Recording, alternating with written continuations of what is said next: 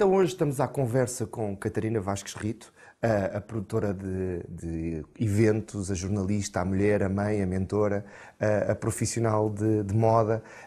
Tantas coisas para falar, tantos assuntos e com certeza hoje vamos ter uma conversa que o tempo não vai estar a nosso favor. Esta conversa vai decorrer aqui no ateliê de João Rolo, ao qual agradecemos desde já a disponibilidade, a simpatia com que nos recebeu e também a beleza deste espaço e das suas obras, porque no fundo temos aqui algumas obras que poderiam ser consideradas arte, mas isso é um tema de conversa que vamos ter já a seguir. A Catarina nasce em Paris, estuda na Califórnia, vai parar a São Tomé e Príncipe e depois reaparece em toda a sua força em Lisboa. Catarina, uma cidadã do mundo? Primeiro que tudo, bom dia e obrigada pelo convite. Eu gosto de pensar que sou uma pessoa com uma abertura e uma receptividade ao mundo. O facto de ter vivido, não nasci em Portugal de facto, nasci em Paris, depois vim para Portugal com os meus pais. Os meus pais sempre foram pessoas muito ativas, pessoas que sempre procuraram a valorização do conhecimento e, portanto, em 78, circunstâncias profissionais foram passar um ano a São Tomé, onde eu fui com eles, como é óbvio. E depois, já no final do currículo secundário, fui para os Estados Unidos, para a Califórnia, onde os meus pais foram fazer os seus doutoramentos. E, portanto, eu vivi lá há alguns anos e depois eu gosto muito de Portugal. Eu tenho um amor profundo por este país. Acho que nós temos qualidades extraordinárias, acho que temos pessoas extraordinárias. E, portanto, acabei por vir e por ficar, fui ficando. Não quer dizer que se não tivesse tido outro desafio ou tivesse sentido a necessidade de voltar a sair, sairia sem problema absolutamente nenhum. Sempre me ajustei muito facilmente e gosto de conhecer novas coisas. Agora, depois a vida foi evoluindo, foi passando, não é? Terminar a faculdade, começar a trabalhar, passar de um projeto para outro, etc. Entretanto, apaixonei-me, casar, filho, etc. Pronto. E nós chegamos a uma altura, nunca deixa de ser possível. Eu acho que o facto de irmos É uma porta procurar... que ainda não está fechada. Não, nunca está. Eu acho que não se pode fechar e dizer nunca. A palavra nunca, para mim, tem um resultado maléfico, porque quando eu digo nunca, acontece exatamente. Exatamente. E, portanto, eu acho que devemos estar abertos e faz-nos bem. Como optei, acabei por não ir viver para fora do país e ficar a viver fora do país, viajo bastante. Eu preciso de viajar. Eu preciso de sentir que entrei no avião para ir para qualquer sítio, mesmo que seja uma viagem de trabalho de 24 horas, 48 horas, em que vai ser a correr, em que vou conhecer, se calhar, muito pouco a cama do hotel e, se calhar, muito mais a cadeira do aeroporto, por causa das passagens e das esperas, etc. Mas só esse facto de sair me faz muito bem. Esse sair é a perspectiva, aumentar a perspectiva, afastar de uma realidade local e ter uma percepção mais global? É porque se eu estou a viajar, se eu vou sair, é porque vou adquirir mais conhecimento sobre qualquer coisa. Vou conhecer alguém que quero conhecer, vou passar momentos, pode ser uma experiência gastronómica, pode ser uma experiência artística, o que seja, faz sempre bem. Essa vontade de conhecer pessoas e de aprender mais é genética? É os pais? A minha mãe. O meu pai também, mas a minha mãe é muito mais. A minha mãe é uma mulher das artes, é professora da Escola Superior de Teatro e Cinema, é uma estudiosa do teatro português e é uma mulher muito extrovertida e uma comunicadora nata, não é? E, portanto, eu sempre senti que eu gostava de conhecer pessoas, de contactar com pessoas, de ouvir as suas histórias. Sempre fui obrigada, desde tenra idade, a fazer muita sala, não é? Aquela coisa a menina vai para a sala receber os convidados. E eu dizia, ai não, mãe, por amor de Deus. Mas é uma ferramenta que hoje é-lhe muito útil. Eu consigo fazer uma conversa de meia hora sobre o tempo, não é? Ou sobre uma coisa qualquer, uma engenharia alternativa. eu não tenho problema absolutamente nenhum em assumir que não sei. Mesmo com os designers que eu entrevistei ao longo da minha carreira como jornalista na área da moda, eu acho que o não saber determinadas coisas não é uma lacuna. Até pode ser uma perspectiva do lado de quem está a Sim. ver, não é? Com certeza que nós, quando vamos fazer uma entrevista, preparamos, lemos, vemos entrevistas, se calhar vamos comprar livros para ler sobre aquela pessoa. Eu lembro que a minha primeira grande entrevista foi à Carolina Herrera. E era uma entrevista por telefone. Ela estava em Nova Iorque e eu em Lisboa. E o feedback que eu tinha tido de outros jornalistas que já tinham entrevistado a senhora é que ela era péssima para se entrevistar porque não falava. E eu pensei, isto ao telefone vai ser problemático. Então o que é que eu fiz? Decidi procurar FNAC, loja CH Carolina Herrera em Lisboa, tudo o que houvesse sobre a senhora. E comprei alguns livros, vi algumas entrevistas. Super preparada. Super preparada e fiz então uma entrevista, eu acho que a entrevista tinha para aí 30 perguntas, assim uma coisa. E então aquilo é acordado, nós ligamos, depois a assistente liga para nós e depois passa para a senhora, pronto. E assim que eu comecei a falar, antes de começar a falar com a senhora, com a Carolina Herrera, a assistente disse-me, a Carolina Herrera está com pressa porque vai viajar hoje. Tudo aquilo a acumular atenção. Tudo bom, estava tudo a correr bem. Não, estava tudo a correr bem. Entrevista de 20 minutos. E estas coisas são assim, só 20 minutos, só 15 minutos. Eu entrevistei o Oscar de la Renta por 10 minutos. Claro que acabou por não ser por 10, mas eu depois explico porquê. E, portanto, nós temos sempre um tempo. E eu começo a falar com a senhora e decidi começar a minha entrevista com uma frase dela. Posso-vos dizer que tivemos 35 ou 40 minutos ao telefone. Fizemos a entrevista e depois da entrevista ficámos a conversar. E eu só pensava, isto não está a acontecer.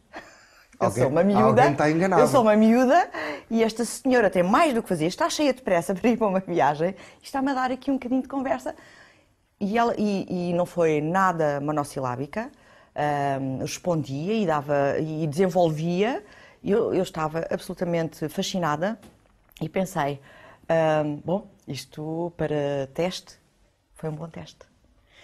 Essa preparação e quando ela dizia alguma coisa que eu até podia não estar bem de acordo, mas estamos a falar com uma senhora que está na moda há muitos anos, que tem um percurso de valor, etc. Temos que saber falar e temos que perceber o contexto. E, portanto, naquele caso, eu estava muito bem preparada, como estou sempre. Eu preparo-me sempre.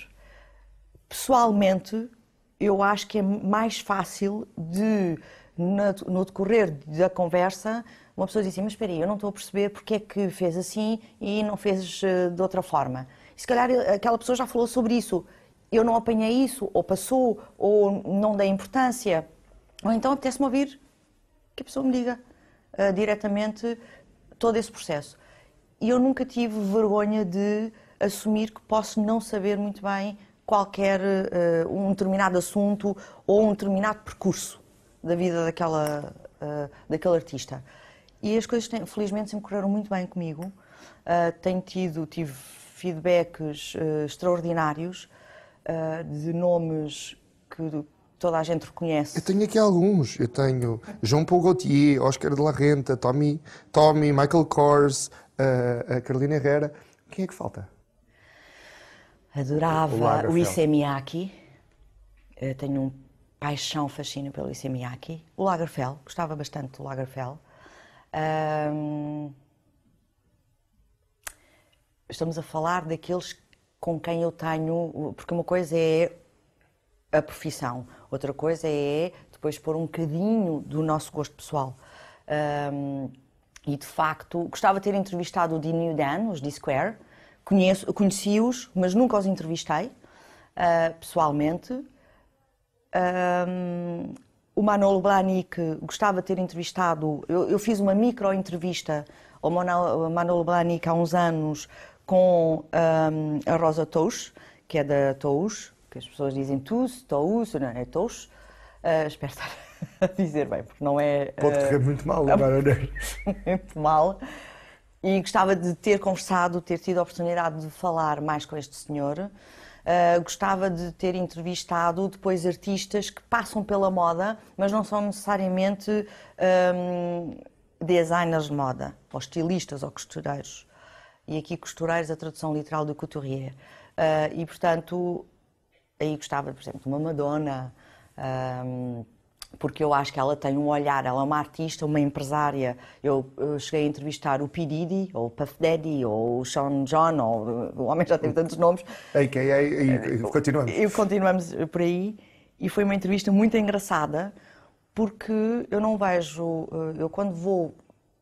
Primeiro que eu conhecia, como artista, conhecia o seu trabalho. E depois eles são muito mais para além daquilo que as pessoas veem nos telediscos e não sei o quê. E, portanto, ele é um artista. E foi muito engraçado porque ele lançou há uns anos uns perfumes. Um deles, o de homem, particularmente bom. O de mulher não gostei tanto, mas o de homem era muito bom. E foi muito giro e foi muito predisposto a responder às perguntas. Porque muitas vezes há temas proibidos. Sim. Eu, por exemplo, a primeira vez que entrevistei o Tommy Hilfiger, o Tommy Hilfiger teve uns problemas no final da década de 90 do século passado. Nos Estados Unidos foi acusado de racista, etc, etc. E, portanto, isso é tema proibido em todas as entrevistas, a partir de então. E eu entrevistei o senhor 3 vezes ou 4 vezes. Eu já sabia que era tema... Portanto, à primeira tentei e nas outras já não tentei. E foi sempre uma relação muito engraçada com este senhor, porque foram, na realidade, com quase todos que eu conheci pessoalmente, porque nem sempre as entrevistas são pessoais. Umas vezes são telefónicas, outras vezes são por mail. Exatamente. E, portanto, quando são pessoais, nós temos a certeza que é a pessoa que nos está a responder. Isto é eu acho que é um... Não é um gabinete de imprensa com as respostas todas certinhas. Não somos assim tão naíves como isso, não é? Portanto, eu não estou à espera que o senhor esteja dedicado uma vez por semana a responder a entrevistas que vêm do mundo inteiro. E as que nós temos a certeza são as telefónicas e as pessoais. Mesmo assim, você conhece alguns artistas portugueses que fazem a voz do Cristiano Ronaldo impecavelmente. Pois não, mas eu não quero ir Acreditar por esse nesse caminho. Disparar. Não. Agora coloquei uma semente de dúvida. Não. Pronto. Para esclarecer, as presenciais são verdadeiras. E com o Tommy Hilfiger, a primeira vez que eu entrevistei fui a Madrid. E ele nunca tinha vindo a Portugal. E nem tinha loja, tinha os corners, multimarca, etc. Não tinha loja própria. E então eu fui estrategicamente toda vestida de Tommy Hilfiger, exceto as botas. Nunca mais me vou esquecer. E eu entrei à minha hora, porque aquilo são 20 minutos, não sei o quê, saiu o jornalista anterior. Eu entrei, ele olhou para mim e disse: você vem toda vestida de Tommy Hilfiger, exceto os sapatos. E eu disse: é verdade, os sapatos e a carteira. E eu disse: é verdade. E ele ficou assim a olhar para mim e normalmente estas entrevistas têm sempre o agente presente. Pode ser o agente do continente, neste caso era um holandês, porque é a agência na Holanda principal que gera depois todo o trabalho na Europa. E sentei-me, fiz a entrevista e nós começamos a perceber, eu não tenho um relógio para ir vendo, estou preocupada com a entrevista, mas nós começamos a perceber com o movimento, eu pelo menos, e percebi que o agente estava a começar a mexer um bocadinho mais e pensei: está a acabar o tempo. E virei-me para o Tommy Hilfiger e disse: posso lhe pedir mais 5 minutos? E ele virou-se para o agente e disse: vamos dar à Catarina mais 5 minutos porque ela percebe do que está a perguntar. Eu fiquei assim. Ganhámos o dia. Ok. Perguntei o que tinha a perguntar, que ainda me faltava perguntar. Acabou, obrigada, adeus, até qualquer dia. E 1 ano ou 2 anos depois, ele veio abrir a loja do Colombo. E eu voltei a ser contactada para entrevistar o senhor. E nesse dia já não ia integralmente vestida de Tommy Hilfiger, mas ia com algumas peças. E eu entro, a minha entrevista era às 9 da manhã, 9h30, uma coisa assim. Havia uma pessoa antes de mim, o jornalista fez a entrevista e depois... mas quando eu entro, ele veio receber e disse: Catarina, o teu cabelo está diferente e hoje não estás toda vestida de Tommy Hilfiger. E eu pensei: grande memória. Isto é extraordinário. Eu sou portuguesa, somos um país micro para estas marcas. Vi este homem meia hora há 2 anos e ele lembra-se de mim. Isso faz-nos bem ao ego.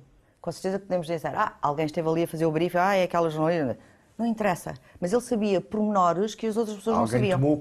Pelo menos, alguém na equipa teve esse cuidado.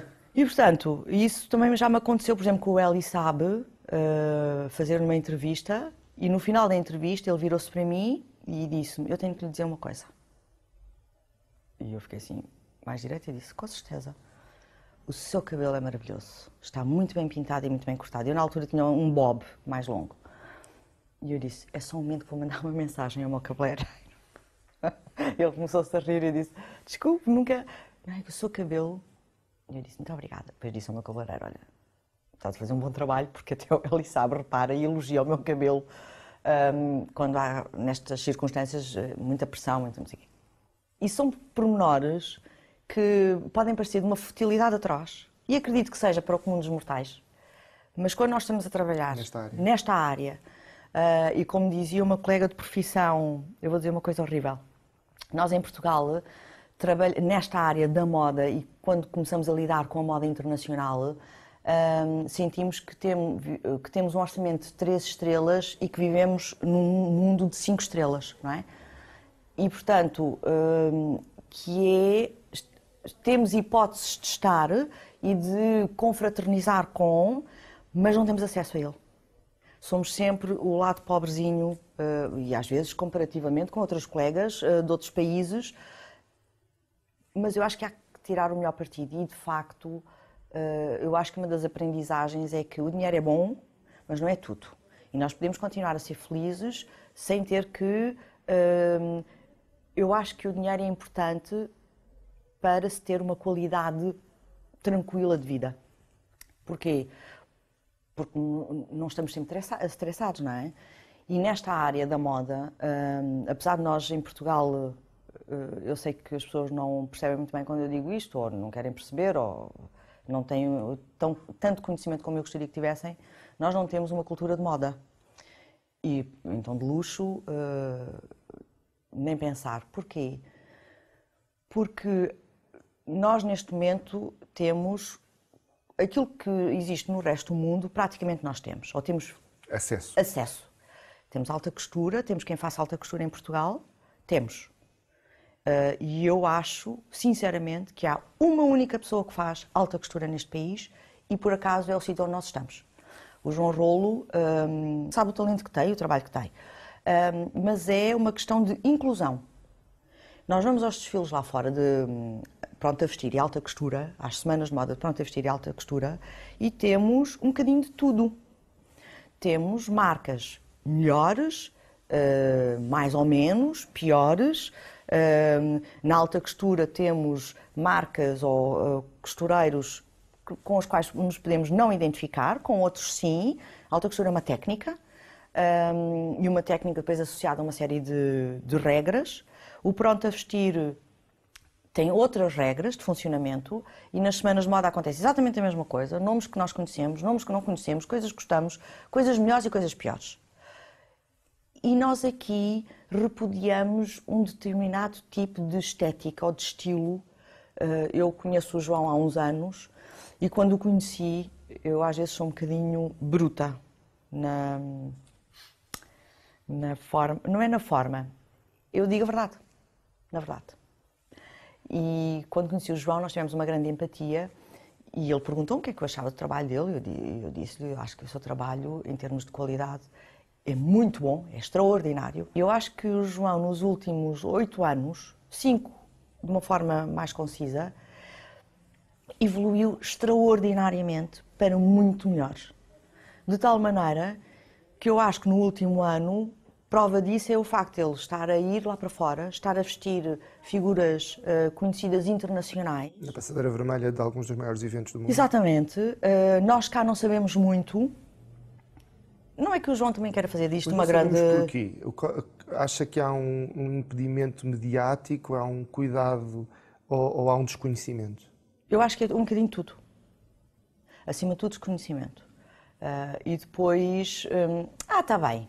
Pronto, é o João Rolo. O João Rolo não. Este homem tem um negócio. É talvez das pessoas que têm um negócio, dos poucos profissionais da moda nesta área, que tem um negócio, tem o seu negócio. E ele está aqui para vencer e para pagar as suas contas e para fazer o seu trabalho e para embelezar a mulher que o procura. E é uma noção de eu tenho que fazer um caminho e para sobreviver nesse caminho eu tenho que ter cabeça. Pronto.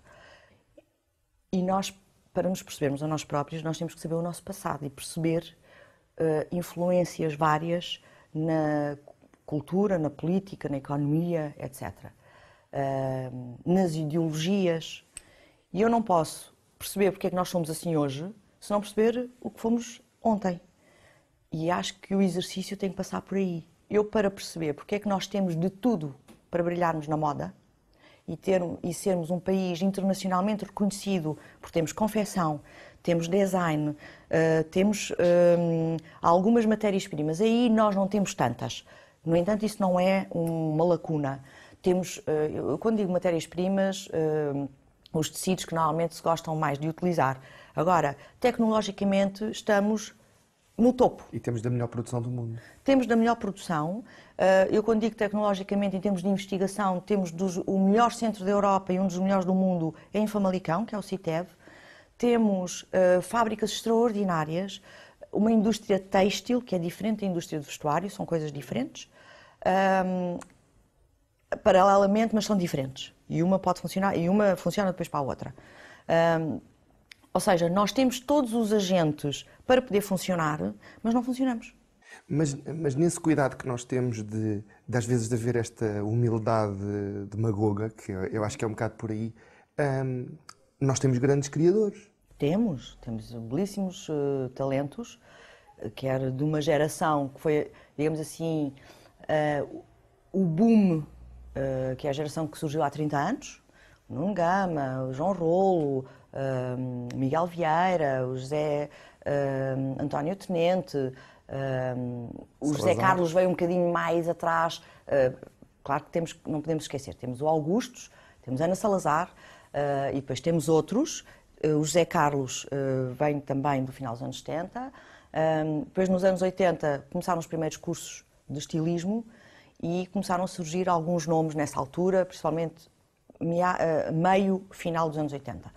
E daí nasceu esta leva que nós hoje em dia lidamos mais. A Anabela Baldac, o Carlos Gil é um bocadinho depois, é um bocado depois.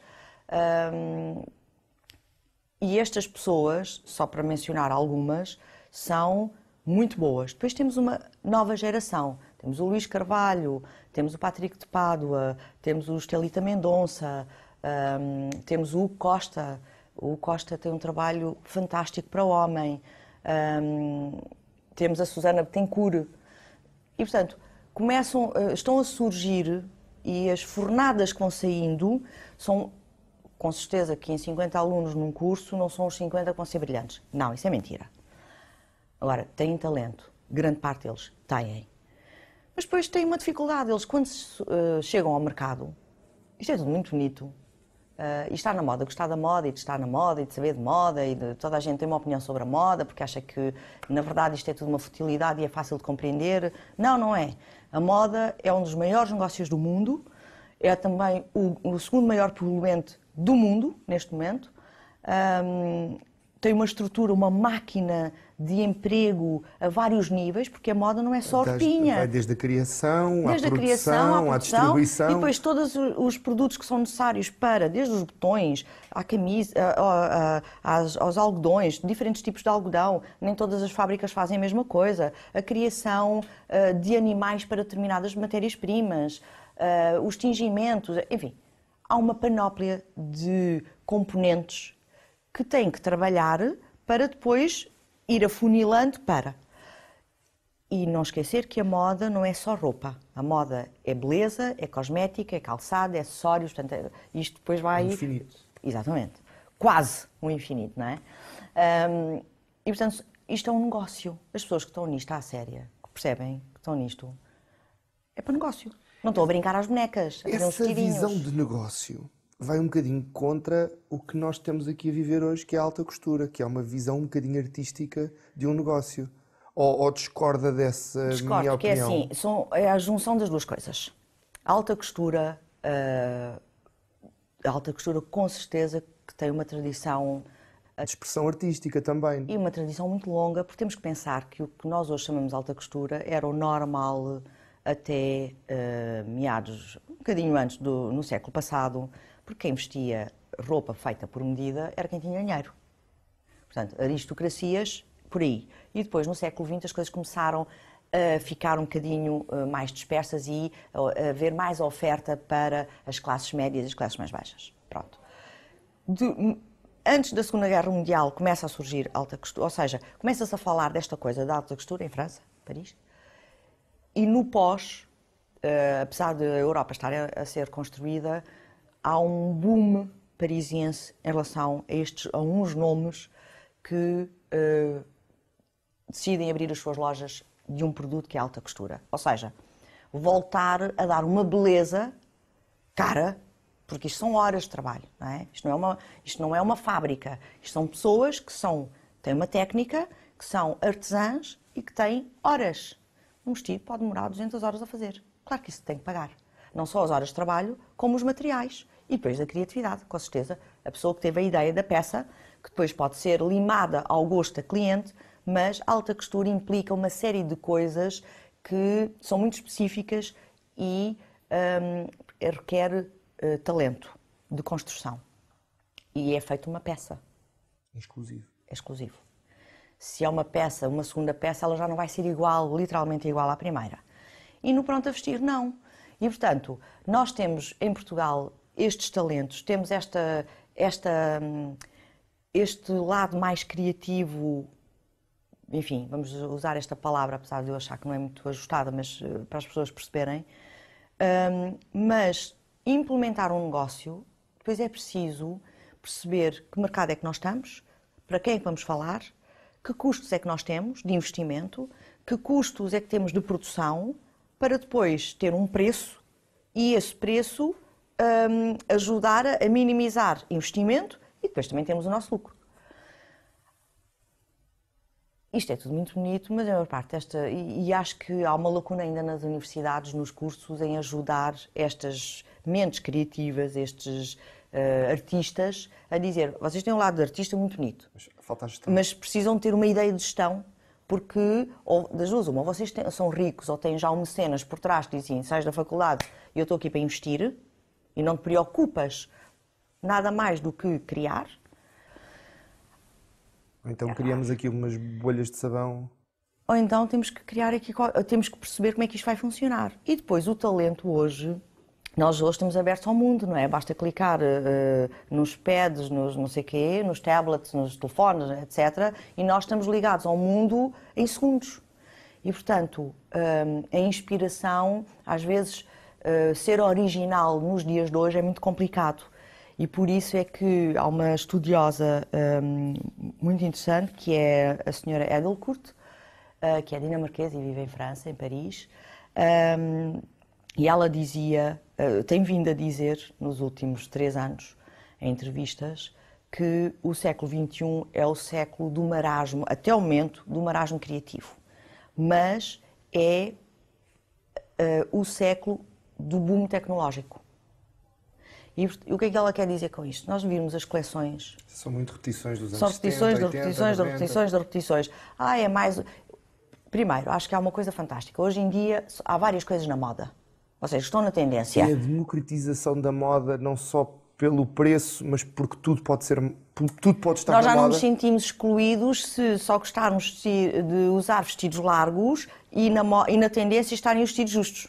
Está tudo. Há um bocadinho. Há uma tendência predominante, há uma cor, há um padrão, há não sei o quê. Variações. Mas depois, porquê? Porque assim o negócio vai a mais pessoas e nós não fechamos o Acreditamos negócio. que os nichos são uma vantagem económica. São, até porque mesmo as lojas de fast fashion têm essa preocupação de, sim senhora, temos a última tendência, que os grandes estão a fazer e nós vamos lá copiar, é assim que funciona, mas vamos pensar naqueles que gostam de coisas um bocadinho diferentes. E, portanto, essa diversidade faz-nos estar mais tranquilos e não nos sentirmos tão oprimidos. E eu acho que as novas gerações são fantásticas nisso. Que é, eu quero estar assim, não me interessa o que é que tu pensas. É um bocadinho isto. Agora, nós temos de facto uma máquina em Portugal fabulosa, podíamos estar a fazer coisas extraordinárias, mais do que já fazemos, com outro impacto económico, porque isto depois tem um impacto económico, não é? Mas não porque nós não sabemos trabalhar em equipa. Nós estamos sempre a pensar, eu não te posso dizer isto porque se te disser o vizinho do lado vai ouvir e vem-me tirar o cliente. Nós ainda pensamos assim.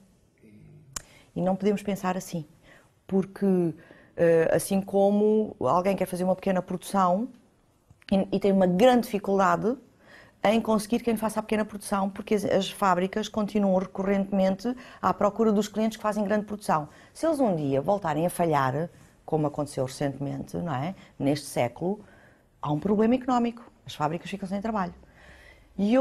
Mas isto é a minha inocência a falar, eu acho, que é porque é que as fábricas, algumas, não estou a dizer todas, com certeza, mas algumas não terem departamentos mais pequenos, ou seja, para produções mais pequenas, para ajudar estas máquinas destes estilistas de forma a uma ter... rentabilidade também diferente. Estamos a investir, porque se ele começar a ter máquina de produção, pode alargar também o seu espectro de negócio. Mas isso, eu há pouco estava a conversar com o João Rolo, nós brevemente poderemos vir a ter uma conversa com o João Rolo, e um dos temas de conversa foi um bocado esse, que é, enquanto a maior parte dos nossos estilistas pensam para 10 milhões de portugueses, ele desde muito novo, ou desde muito de início de carreira, pensou para 7 bilhões de humanos. E essa divergência de pensar 10 milhões num retângulozinho... Eu nem sei se eles pensam 10 milhões. Vamos ser brutos. Eu não sei se eles pensam 10 milhões. Alguns ficam com dúvidas. Com certeza que eles nunca vão dizer a verdade toda, não é? Porque não convém, até porque eu sou jornalista, nunca se sabe se eu não me passo da cabeça e publico. Isso sempre foi eu sempre tive uma grande preocupação em o que é off, o que é on, e às vezes o que é on transforma-se em off. Há certos tipos de pão que a Catarina não come. E há certo tipo de coisa que eu acho que não vai promover ou não vai ser positiva para a imagem daquela pessoa. Não deixar de dizer, é contextualizar e transformar aquela informação que se calhar muitas vezes é dita de uma forma abrupta ou mais rude e tentar explicar a situação, mas de uma forma mais neutra ou mais elegante, podemos dizer isto. E isso eu aprendi porque a minha boa escola foi o facto de ter trabalhado num jornal diário. E um jornal diário é para todos. Eu não sei quem é o meu público. Eu não sei se o meu leitor de moda, ou melhor, eu não sei se o meu leitor percebe moda. E, portanto, a minha linguagem sempre teve que ser, mesmo explicando que na moda se diz slim fit, ou clutch, ou que já foi pochete e que agora é clutch, ou stiletto, ou o que seja, peço desculpa. Eu tenho sempre a preocupação de explicar o que é isto. E isso é uma vantagem no público? Nota essa empatia por parte do público? Nós não temos que assumir que o público percebe destas expressões que nós temos, com certeza que nós temos tradução para português. Às vezes a tradução é uma frase, não é uma palavra transforma-se numa frase. E às vezes não se consegue chegar ao sentido exato. Mas nós não podemos assumir que as pessoas, o facto de não gostarem de cuidar da sua imagem ou de gostarem de ver o que é que está na moda ou nas tendências, tenha que perceber esta linguagem mais técnica. E, portanto, eu acho que não temos que ser presunçosos e falar como se estivéssemos a falar entre pessoas que estão habituadas a esta área. Vivem exatamente. E dormem é como eu estar e sonham a ler um artigo de economia e aquilo é tão técnico que eu não percebo metade do que ali está escrito. Às vezes é um segredo para manter certas áreas lá está. escondidas. Mas aqui na moda não é preciso... Eu acho que não é preciso manter assim tantos segredos. A Catarina é jornalista de moda e é formadora e está ligada a vários projetos de dinamização de moda e de artistas dentro do mundo da moda. Como é que é o dia-a-dia? Qual é que é o standard de um dia-a-dia de Catarina? É muito do que as pessoas possam pensar. Tem momentos. Há momentos que são estressantes Há momentos, ou melhor, há momentos que são mais intensos e há momentos que são muito mais descontraídos. Pelo menos na logística. Na cabeça nunca são muito descontraídos. É uma particularidade que eu tenho. Está sempre a trabalhar, a pensar, a analisar, enfim. E por isso, há dias, sei lá, se uma publicação diz: Catarina, gostávamos que tu fizesse este artigo assim, assim. Ou eu proponho. E depois nas propostas, umas são aceitas, outras não são. Ou não são aceitas para aquele momento, mas depois para mais tarde. Mediante aquilo que eu vejo que tenho em termos de escrita como jornalista da área da moda, eu sei quais são os meus timings, tenho que corresponder e cumprir timings e, portanto, há uma preocupação em fazer aqueles trabalhos para entregar. Depois, também dou formação na área da comunicação e da moda e, portanto, aí a gestão é feita, e normalmente são horários pós-laboral, e, portanto, a gestão é feita saber quantas aulas é que eu vou dar, em que sítios é que eu vou dar e preparar as aulas. Pronto. E, portanto, isso fica fechado na agenda, esse bloco. Nos últimos 2 anos, este ano e o ano passado, fui convidada pela Universidade da Beira Interior, pela UBI, onde estou a fazer o doutoramento em Design Moda, para lecionar um módulo. E, portanto, isso era outra logística, porque implica que eu fosse para a Covilhã, mas aquilo era agendado para o trimestre, e, portanto, ou para o semestre, neste caso, e, portanto, as coisas também ficavam alinhavadas. E eu, a partir destas, na agenda destas datas fechadas, depois vou encaixando as outras coisas. Porque só assim um freelancer, eu sou freelancer há muitos anos, e, ao contrário do que muitas pessoas pensam, os freelancers trabalham muito. E não trabalhamos em horários normais. Eu tento fazer uma gestão do horário normal. Porquê? Porque tenho um filho e, portanto, gosto de o acompanhar e tenho que me preocupar no seu acompanhamento. E também gosto de estar nos meus momentos de família. Agora, se durante o fim de semana, por exemplo, que está tudo a descansar em casa, a família está junta, eu tenho que ir fazer um texto porque tenho que entregar, vai-se fazer. Arranja-se um momento para, agora vou-me fechar e vou-me pôr ao computador. Ou se tenho um evento para organizar, ou o que seja. As coisas às vezes fogem, ou pela noite entram, vou fazer uma viagem, vou demorar 2 dias a voltar. Agora, tudo tem que ser muito organizado. Eu sou uma pessoa que preciso de... eu tenho 2 agendas. O comum dos mortais hoje em dia, a sua agenda é o telemóvel, não é? Ele está lá, eu ponho lá, mas eu não vejo. E eu sou a antiga portuguesa, como costumo dizer. Tenho um filofax dos grandes, em que eu anoto e aquilo tem que estar ali. É ali que eu vou ver. Se não esqueço-me. Também acontece. Aulas nunca me aconteceu, que eu tenho muita responsabilidade. Mas há um evento, uma apresentação de uma nova coleção. Esqueço-me. Eu chego a pedir, eu sou mesmo... Eu já conquistei um bocadinho este mundo e esta fama, que é, eu chego a pedir para me telefonarem na véspera ou no próprio dia a lembrar. E passa-me.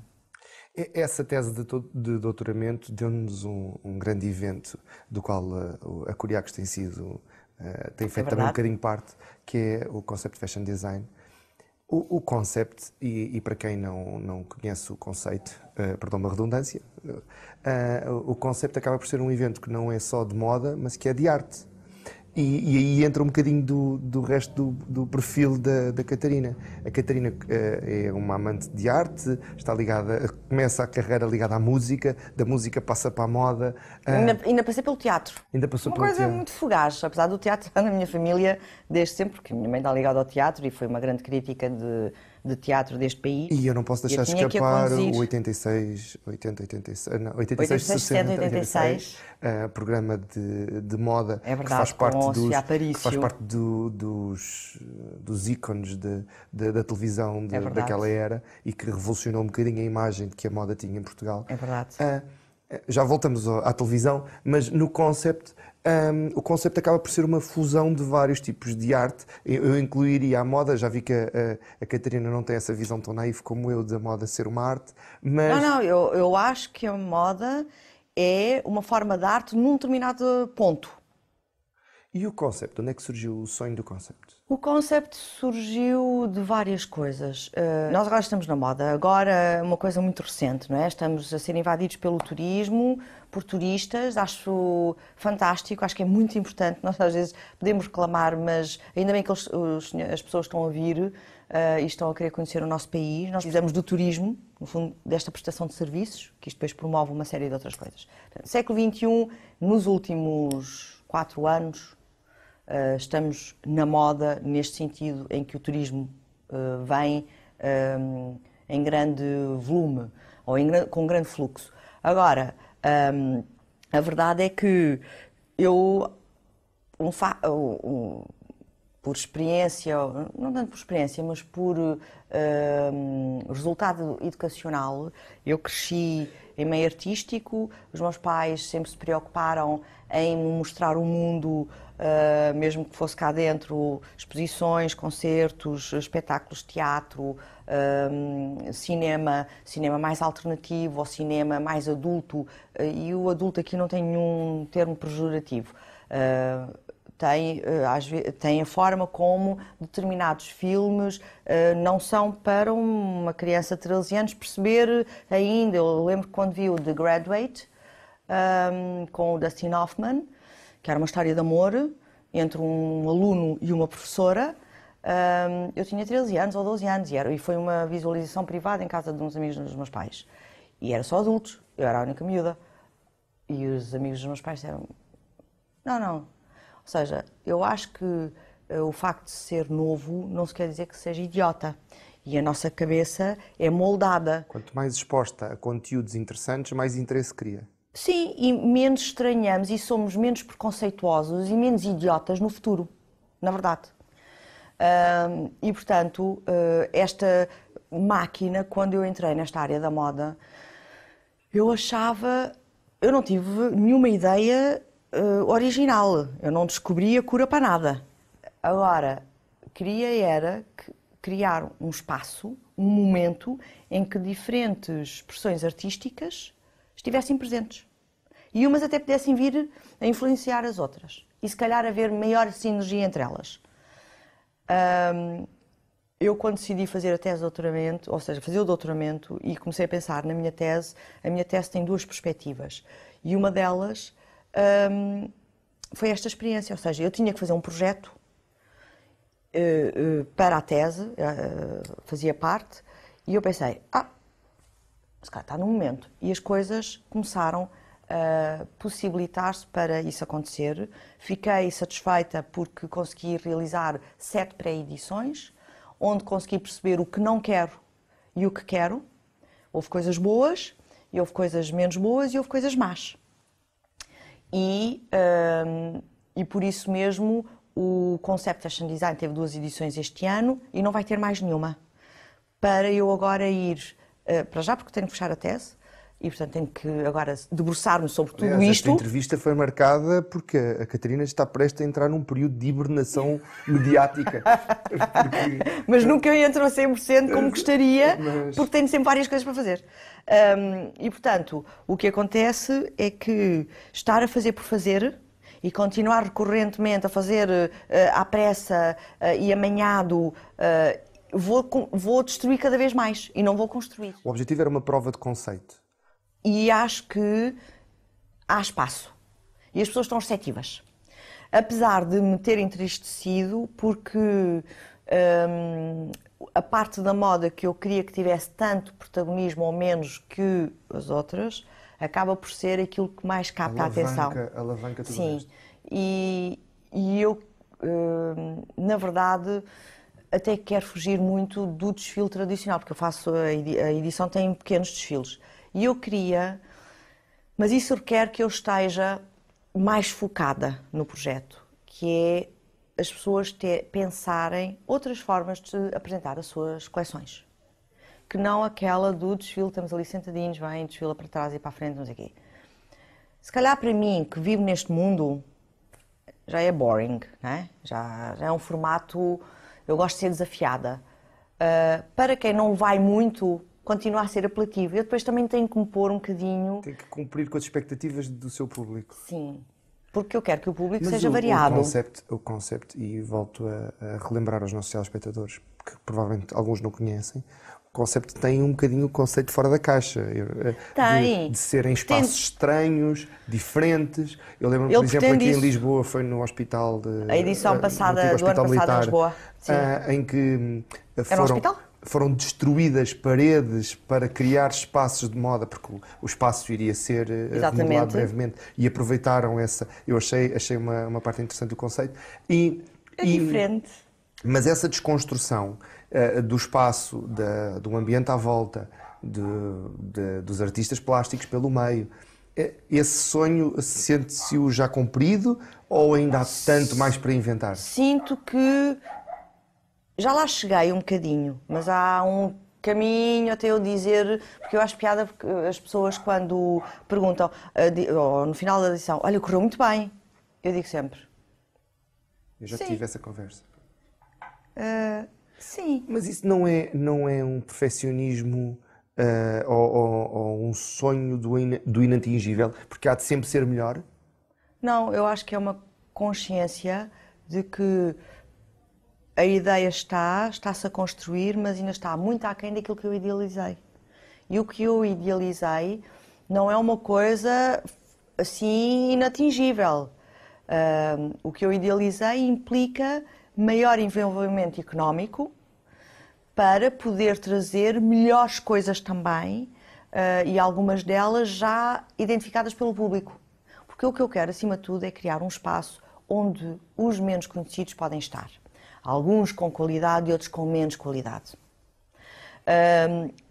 Mas eu quero que o público vá e tenha prazer em ir, mas quero oferecer um bocadinho disto, que é projetos, ideias com qualidade, misturadas com outras com menos qualidade, mas que têm interesse por algum motivo.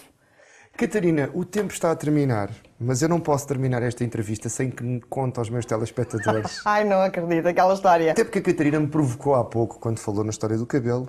É verdade, é com verdade. o estilista. Esse cabelo tem muitas histórias. Tem muitas histórias. Mas há uma que me contou é verdade. num evento e que é uma história épica e que acho que é uma ótima maneira de terminar, que é, penso eu, em Marrocos. Marrocos. Há uns 4 anos, 3, 4 anos,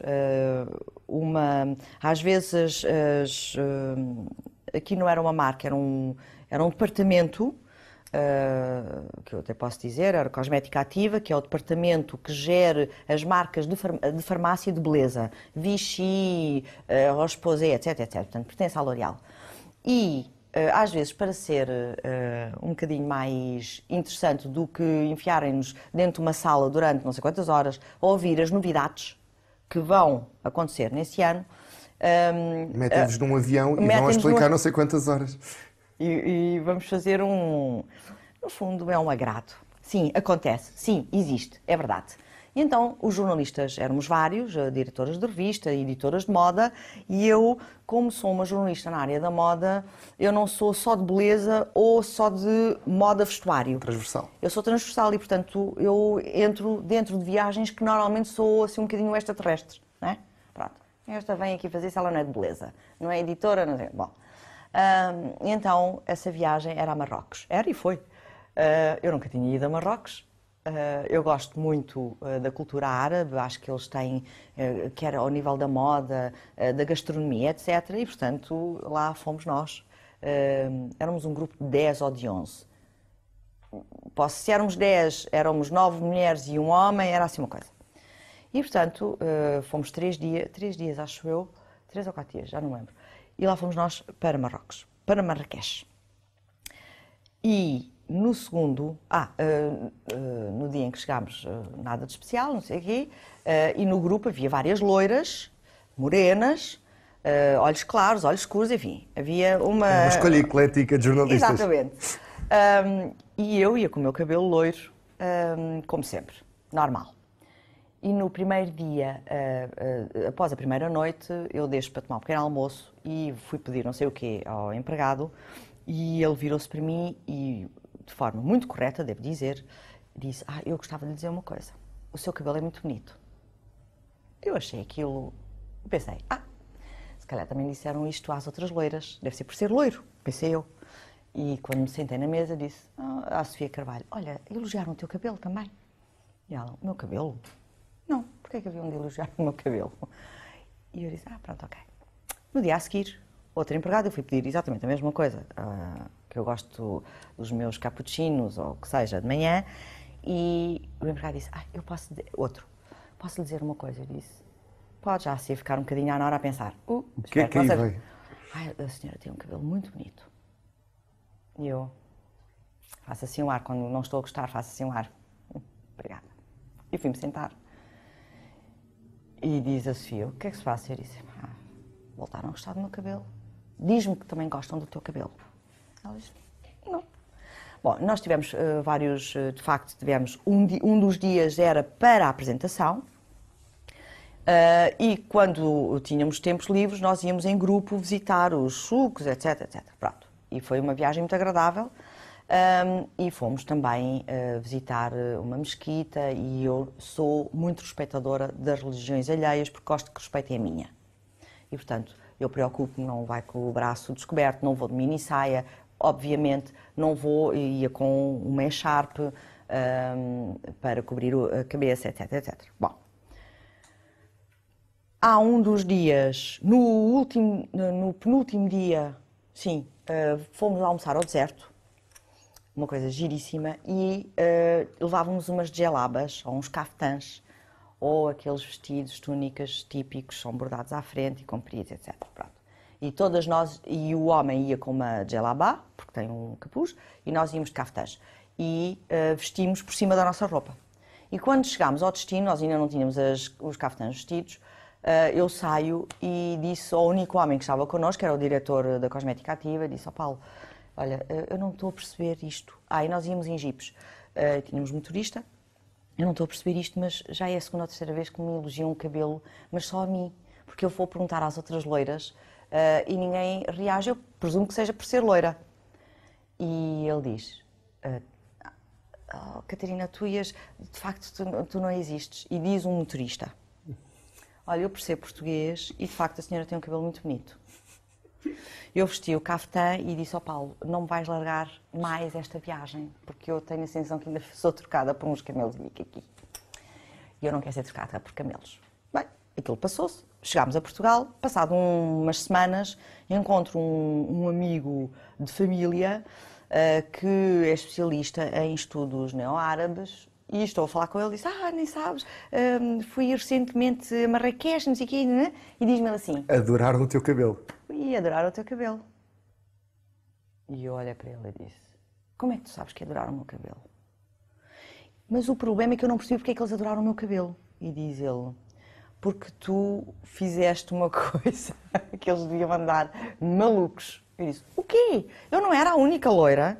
Havia loiras para todos os gostos, morenas para todos os gostos. Ele disse, todas tinham cabelo comprido, presumo. Eu disse, sim. Pois é que tu tens só toda a tua nuca à mostra. E isso é uma loucura para os homens. Porque é uma zona sensual. Habitualmente tapada na cultura árabe. Habitualmente tapada, porque mesmo que elas não estejam... Portanto, eles não lhe estavam a gabar o cabelo, estavam a gabar a nuca. Não, estavam a gabar, na verdade, a nuca. Isso fez com que, na viagem do ano seguinte a Istambul... Claro que fomos a Istambul, atenção, em Marrakech fomos em fevereiro e aquilo era um calor desgraçado. Istambul é um frio desgraçado. Portanto, em versão inverno, e eu fartei-me de levar echarpes para tapar, para ficar só assim. Mas mesmo assim ainda tive um número num dos bazares. Pronto, ainda me pediram para trazer a pele de um dos senhores. Um senhor pediu-me. Ajoelhou-se. Catarina, essa era uma outra história que eu gostaria imenso de ouvir, mas o tempo não está a nosso favor. Fica para a próxima. Estivemos à conversa com Catarina Vasques Rito, a editora de moda, a produtora de eventos, a mentora. Teríamos tanto mais para falar, mas hoje o tempo já não está a nosso favor. Mas poderá voltar a estar connosco brevemente noutro à conversa com. Também você está convidado a fazer parte deste programa e a fazer parte das conversas que nós temos com convidados tão interessantes como a Catarina. Catarina, muito obrigado. Voltaremos provavelmente a ter outras conversas, se não neste formato, noutros, garantidamente. Obrigada. E continuo com esses projetos e continuo a fazer tanto pela moda portuguesa. E sucesso para vocês também. Obrigado, Catarina. Obrigada.